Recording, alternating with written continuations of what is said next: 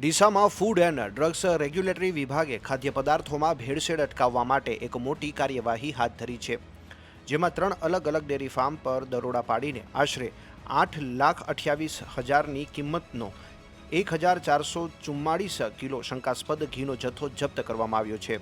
મુખ્ય food safety officer HV Gurjar અને તેમની ટીમ દ્વારા તસ્વી માર્કેટિંગ, પરિવાર ગાયનું ઘી, બહુચર ડેરી પ્રોડક્ટ, કવિરાજ ગાયનું ઘી અને જયવીર માર્કેટિંગ, શ્રેષ્ઠ ગાયનું ઘી પર આ તપાસ શરૂ કરવામાં આવી હતી.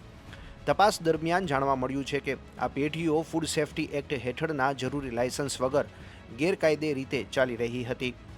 અધિકારીઓએ સ્થળ પર ઘીના 4 અલગ અલગ સેમ્પલ લઈને લેબોરેટરી ટેસ્ટિંગ માટે મોકલી આપ્યા છે અને કાયદેસરની કાર્યવાહી હાથ ધરી છે, જેમાં લેબ રિપોર્ટ આવ્યા બાદ આગળના કડક પગલાં લેવામાં આવશે.